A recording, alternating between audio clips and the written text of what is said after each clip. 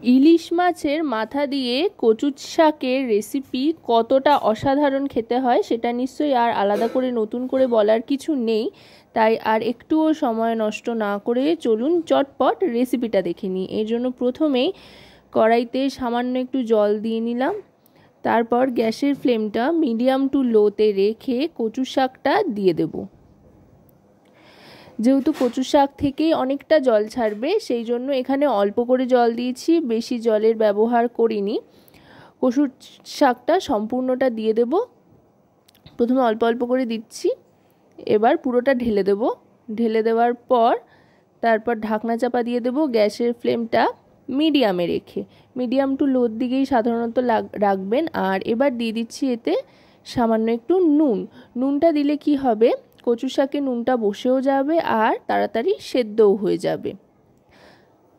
আপাতত এখানে অল্প করে নুন দিচ্ছি, পরে আবার মশলার সাথে নুন দেবো যেহেতু, তাই এখানে অল্প করে নুন দিয়ে এই ঢাকনা চাপা দিয়ে দিলাম। মোটামুটি 3 থেকে 4 মিনিট অপেক্ষা করার পর ঢাকনাটা সরিয়ে নিচ্ছি। দেখুন কচুর শাক কিন্তু অনেকটাই মজে এসছে। একটু ওলট পালট করে নিচ্ছি আর দেখুন কতটা জল ছেড়েছে। এবার এই জলটা ঝরিয়ে নেব। জলটা ঝরিয়ে নিতে নিতে মশলাটা তৈরি করে নিচ্ছি। একটু ঝরিয়ে রেখেছি যেহেতু কচুর শাকটাকে। এখন মশলার মধ্যে দিয়ে নিচ্ছি প্রথমেই আদা কিমা, তার সাথে নিয়ে নিচ্ছি রোস্টেড ধনে আর জিরে গুঁড়ো 2 টিস্পুন পরিমাণে। তারপর দিয়ে দিচ্ছি হলুদ গুঁড়ো 1 টিস্পুন পরিমাণে। এবার দিয়ে দেব কাশ্মীরি রেড চিলি পাউডার। এটা অল্প করে দিচ্ছি, খুব একটা বেশি দিচ্ছি না, 1 টিস্পুন মতো দিলাম। আর দিয়ে দিচ্ছি পরিমাণ মতো নুন। কচু সেদ্ধর সময় নুন দিয়েছিলাম আর এখন একটু দিয়ে নিলাম। এবার জল দিয়ে নিচ্ছি। এদিকে মশলাটা তৈরি হয়ে গেছে, কচুটাও সেদ্ধ হয়ে গিয়েছে। এবার কড়াইতে সর্ষের তেল গরম করে নিয়ে ইলিশ মাছের মাথার টুকরোগুলো দিয়ে দেব ভেজে নেওয়ার জন্য। মাছের মাথাটা টুকরো করে নিয়েছি, যেহেতু ইলিশ মাছ কাঁটা প্রধান মাছ, আমরা সবাই জানি মাছে প্রচণ্ড কাঁটা, তাই মাছের মাথা ভেজে নিয়ে শাকের সাথে মেশাতে গেলে পুরো শাকটা কিন্তু কাঁটায় একেবারে ভর্তি হয়ে যেতে পারে, তাতে করে খেতে সমস্যা হবে। আর এভাবে যদি কেটে নিয়ে মাছের মাথাটা ভেজে নেওয়া হয় আর পরে মেশানো হয়, তাহলে কিন্তু ইলিশ মাছের স্বাদও থাকবে আর কাঁটায় পুরো শাকটা একেবারে ভরেও যাবে না। তাই এভাবে আপনারা বানাতে পারেন, তাতে কিন্তু অনেক বেশি সুবিধা হবে। মাছের মাথাটা নুন হলুদ দিয়ে মাখিয়ে সর্ষের তেলে বেশ কড়া করে ভেজে নিচ্ছি। মাছের মাথাটা কিন্তু একেবারে কড়া করে ভেজে নিতে হবে, তাহলে কিন্তু রান্নার স্বাদ অনেক গুণ বেড়ে যাবে। আস্তে আস্তে গ্যাসের ফ্লেমটা মিডিয়াম টু হাইতে করে ভালো করে ভেজে নিচ্ছি। আশা করব রেসিপিটি আপনাদের ভালো লাগবে। ভালো লাগলে অবশ্যই রান্নাবাটি চ্যানেলটিকে সাবস্ক্রাইব করে লাইক শেয়ার কমেন্টের মাধ্যমে আমাদের পাশে থাকবেন আর পাশে থাকা বেল আইকনটি অন করে দেবেন সবার আগে সমস্ত রকম নতুন রান্নার নোটিফিকেশান পাওয়ার জন্য।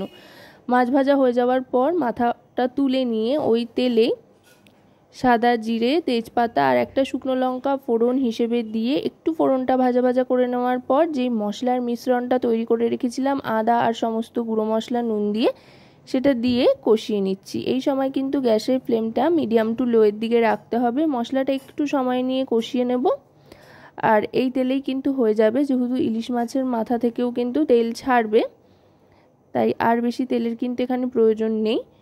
মশলা থেকে দেখুন তেল ছাড়তে আরম্ভ করেছে, দারুণ সুন্দর একটা টেক্সচার কিন্তু মশলার চলে এসছে, মশলা কষে গিয়েছে সেটা দেখলেই বোঝা যাচ্ছে। এবার সেদ্ধ করে জল ঝরিয়ে রাখা কচুর শাকটা দিয়ে দেব। কচু শাকটা দিয়ে এবার ভালো করে নাড়াচাড়া করতে থাকবো। কচুটা কিন্তু মোটামুটি 80 থেকে 90% মতো সেদ্ধ করেই নিয়েছি, তবে এখানে আরও খানিকক্ষণ সেদ্ধ করে নেব যাতে একেবারে মাখা মাখা একটা ব্যাপার চলে আসে। তাই আবার ঢাকনা চাপা দিয়ে দিচ্ছি। মোটামুটি 2 থেকে 2.5 মিনিট মতো লো ফ্লেমে ঢাকনা চাপা দিয়ে রাখবার পর ঢাকনাটা সরিয়ে নিচ্ছি। দেখুন জলটা কিন্তু অনেকটাই টেনে এসছে আর তেল ছাড়তে আরম্ভ করেছে। এবার এটাকে ভালো করে কষিয়ে পাক খাইয়ে নেব যাতে কচুটা একেবারে নরম হয়ে গলে গলে আসে, একেবারে পাক খেয়ে যায়। দেখতে কিন্তু অসাধারণ লাগছে আর অসাধারণ গন্ধও ছাড়ছে, খেতেও কিন্তু অপূর্ব হয়। গরম গরম ভাতের সাথে এরকম কচুর শাক থাকলে কিন্তু আর কোনো কিছুরই প্রয়োজন হয় না, এক থালা ভাত নিমিষে শেষ হয়ে যাবে। দেখুন এটা কিন্তু অনেকটাই পাক খেয়ে এসছে। এবার দিয়ে দেব ভেজে রাখা মাছের মাথার টুকরোগুলো। এই মাছের মাথাটা দেওয়ার পর কিন্তু খুব বেশি নাড়াচাড়া করবার কোনো প্রয়োজন নেই, আলতো হাতে জাস্ট মাথাটার সাথে শাকটাকে মিশিয়ে নেব। খুন্তি দিয়ে মাথাগুলোকে ঠুকে ভাঙারও আর কোনো প্রয়োজন নেই, যেহেতু বললাম আগেই যে মাছের মাথাগুলো পিস পিস করে কেটে নেওয়া হয়েছে ওই একটাই কারণে, যাতে পুরো শাকটা কাটায় ভর্তি হয়ে না যায়। এবার আস্তে আস্তে মিশিয়ে নিচ্ছি সম্পূর্ণটা। এবার দিয়ে দিচ্ছি সামান্য একটু চিনি স্বাদের জন্য, এতে স্বাদে ব্যালেন্স আসবে একটা। চিনিটা দিয়ে ভালো করে পাক খাইয়ে নেব আরও খানিকক্ষণ। দেখুন একদম কিন্তু কড়াইয়ের থেকে ছেড়ে ছেড়ে আসছে আর তেল ছাড়তে আরম্ভ করেছে, অসাধারণ গন্ধও ছাড়ছে। এবার গ্যাসের ফ্লেমটা অফ করে দিয়ে এটাকে সার্ভ করে দেব গরম গরম ভাতের সাথে খাওয়ার জন্য। দেখুন দেখতে কতটা অপূর্ব হয়েছে, খেতেও কিন্তু অসাধারণ হয়। তো আজকের এই রেসিপিটা আপনাদের কেমন লাগলো সেটা কিন্তু অবশ্যই আমাকে কমেন্টের মাধ্যমে জানাবেন। সকলে খুব ভালো থাকবেন, সুস্থ থাকবেন আর রান্নাবাটির সাথে থাকবেন। আজকের মতো তবে এ পর্যন্তই।